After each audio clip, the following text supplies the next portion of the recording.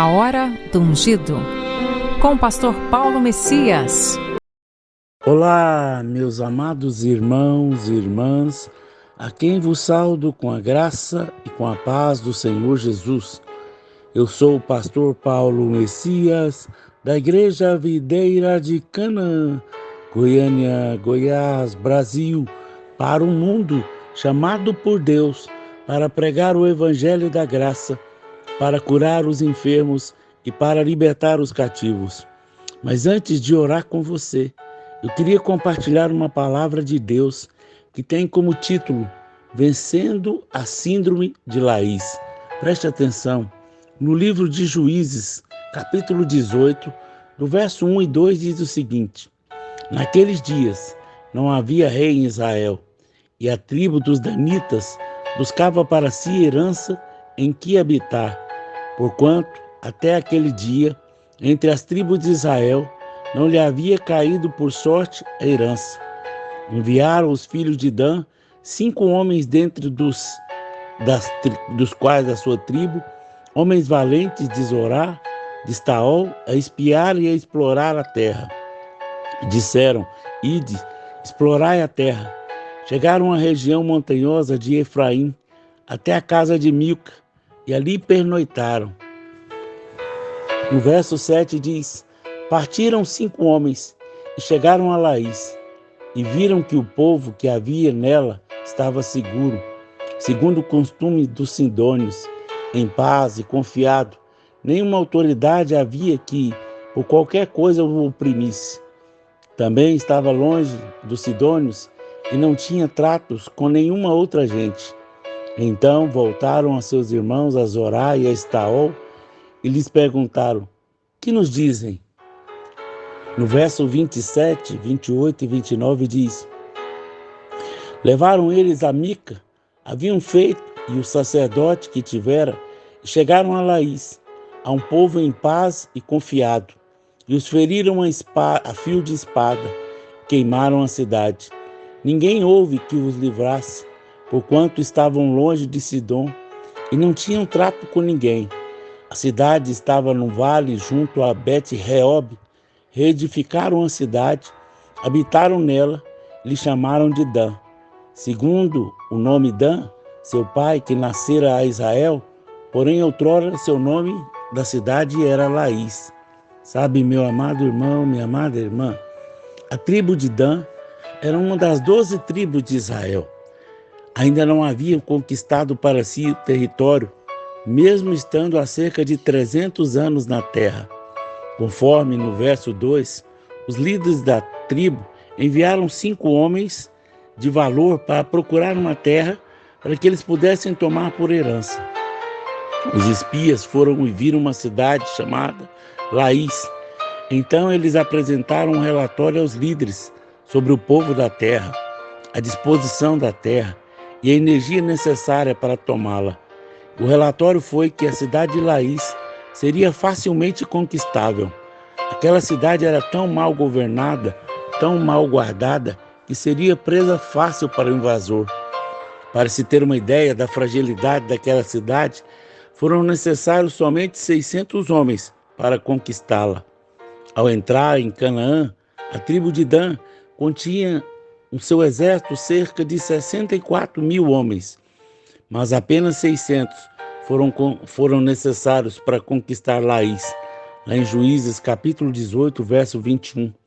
Ao comparar o versículo 7 com os versículos 27 e 28, encontramos 4 razões porque aquela cidade pôde ser facilmente conquistada. E essas mesmas razões que fizeram a cidade de Laís um lugar vulnerável, facilmente conquistável, são as mesmas razões que podem nos tornar vulneráveis, facilmente conquistáveis e nos levar à queda. Nessa história, podemos observar que o estilo de vida do habitante da cidade de Laís nos trazem algumas lições importantes sobre como não devemos viver. Explicar o que é síndrome. Conjunto de sinais e sintomas observáveis que em vários processos patológicos diferem e sem causa específica. Veja algumas lições sobre as características dos habitantes dessa cidade. A primeira delas, eles eram acomodados, tinham vida boa e tranquila, no verso 7, e viram que o povo havia nela estava seguro. Havia uma prosperidade econômica, muita circulação de dinheiro. Essa prosperidade, comodidade financeira, deixou os habitantes de Laís totalmente tranquilos, sem preocupação, para se preocupar com de tudo está bem. Devemos lembrar que Laodiceia também era uma cidade próspera. Na última carta que o Senhor escreveu às igrejas, no sentido profético, ela é especialmente dirigida às igrejas nos tempos finais, e assim aos crentes de hoje. Laodiceia representa aquela igreja que se afastou do Senhor e que deixou Jesus do lado de fora. Os crentes de Laodiceia diziam: estamos ricos e abastados e não preciso de coisa alguma. Apocalipse. Fora considerada como um mérito exclusivamente seu, o fato de terem sucesso. Toda essa preocupação com coisas materiais causou naquela igreja mornidão espiritual, devido à acomodação. Em resposta a essa postura arrogante de soberba da igreja de Laodiceia, Jesus disse: nem sabes que tu és infeliz, sim, miserável, pobre, cego e nu. Apocalipse capítulo 3, verso 17. Dinheiro na mão é vendaval. Diz um velho sucesso de uma música popular brasileira. Vendaval que pode tirar o sono, destruir a saúde, demolir a paz, sepultar a confiança, detonar relacionamentos, dividir famílias, indispor nações umas contra as outras. Conheço muitas pessoas que, por terem prosperado e alcançado cega estabilidade financeira, esqueceram-se de Deus.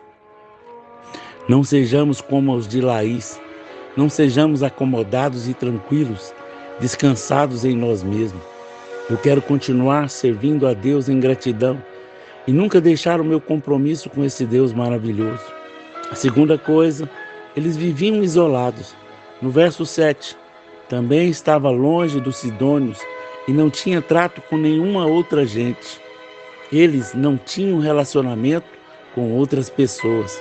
Eles eram tão cheios de si que achavam que não precisavam de ninguém, não precisavam de consideração de ninguém, não precisavam da atenção de ninguém. Eles viviam como uma ilha, eles viviam longe dos sidônios, de todos os povos. Eles não se preocupavam e não precisavam de ninguém, eram autossuficientes. Muitos acham também que podem viver sozinhos, prestar conta da minha vida para quem e para quê? Na minha casa, na minha vida, ninguém se mete. Eram pessoas orgulhosas, não se misturavam com ninguém. Para que estar envolvido em reuniões de célula? Algumas pessoas vivem isoladas do convívio da igreja local, porque não querem ser descobertas, estão vivendo escondidas. Isso evidencia o pecado. Poucas vezes vemos Deus pedindo para os homens ficar a sós e para a oração e santificação, nunca para fuga e isolamento. Isolamento é sinal de orgulho. As pessoas que decidem viver isoladas, ao invés de construir pontes, constroem muros em volta de si. Elas fogem do propósito eterno de Deus de se relacionar. Terceira coisa, eles viviam desprotegidos. No verso 10 e no verso 28. Quando chegares lá, achareis um povo confiado. No verso 28. Ninguém houve que os livrasse, porquanto estavam longe de Sidom e não tinham trato com ninguém. Não faziam questão de fechar as portas da cidade. Quando alguém chegava em Laís, sempre encontrava as portas da cidade abertas. Eles achavam que nunca nada de mal iria acontecer.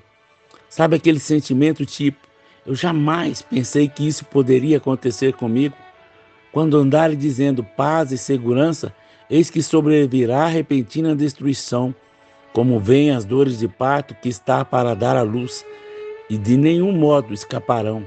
1 Tessalonicenses capítulo 5, verso 3. Em Mateus 26, 41, o Senhor alerta a igreja, vigiai e orai, para que não entreis em tentação.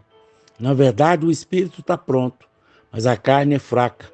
Podemos ler em Lucas 21:36. Vigiai, pois, a todo tempo, orando, para que possais escapar de todas essas coisas que têm que suceder e estar em pé na presença do Filho do Homem. E na carta de Paulo aos Efésios 4:27, a palavra do Senhor relata: não deis lugar ao diabo. Isso porque em 1 Pedro capítulo 5, verso 8 e 9 está escrito: sede sóbrios e vigilantes. O diabo, vosso adversário, anda em derredor como um leão que ruge, procurando alguém para devorar. Resisti-lhes firmes na fé, certo de que o sofrimento igual ao vosso estão se cumprindo na vossa irmandade espalhada pelo mundo. Meu amado irmão, minha amada irmã, você já presenciou o ataque de um leão faminto à sua presa? A palavra relata exatamente assim a atuação de Satanás, nosso inimigo, para ter uma proteção espiritual. Não podemos viver assim. Eram tranquilos, não havia quem lhes oprimisse, eram prósperos e tudo estava indo bem. Eles viviam sem uma cobertura espiritual, no verso 28. Nenhuma autoridade havia, porque qualquer coisa o oprimisse. Também estava longe dos sidônios e não tinham trato com gente nenhuma. Eles viviam sem governo, não prestavam conta a nenhuma autoridade. Por que eu preciso de alguém que me dê cobertura espiritual? Está tudo tão bem. Na minha vida ninguém se mete, na igreja ninguém se mete. Eles não sentiam falta nenhuma de autoridade. Eram totalmente independentes. Obedeçam aos seus líderes e sigam as suas ordens, pois eles cuidam sempre das necessidades espirituais de vocês, porque vocês sabem que vão prestar conta disso a Deus. Se obedecem, eles farão o trabalho com alegria, mas se vocês não obedecem, eles trabalharão com tristeza, e isso não ajudará vocês em nada. Hebreus capítulo 13, verso 17. Eles foram vencidos facilmente por 600 homens. Como enfrentar esse problema, pastor? Não foram 6.000 homens, foram apenas 600. Eles entraram e acabaram com tudo. A surpresa desagradável apareceu de repente. Esse é o retrato de quem vive isolado, acomodado, desguarnecido, sem proteção espiritual. Para que contar essa história? Para termos uma compreensão de como o mundo vive hoje, como a igreja deve lutar contra tudo isso. Isso tem acontecido mundo afora. Isso é que depressão, uma das maiores pragas, desgraças nos dias de hoje. O mundo virtual é muito convidativo. Há pessoas mergulhadas no fundo nesse mundo hoje, onde não se olha no olho, onde não se sente o calor humano, não se escuta o coração bater, tudo muito longe, tudo muito superficial. A solução é olhar para o coração de Deus. O que queima no coração de Deus?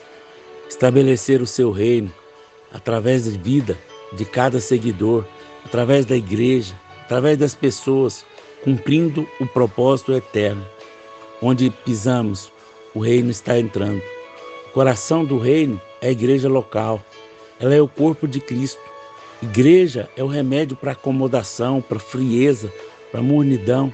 Quando fazemos parte ativamente dos alvos, projetos da igreja, todos nós fomos chamados por Deus para fazer parte ativamente do corpo de Cristo e assim estabelecer o seu reino na terra.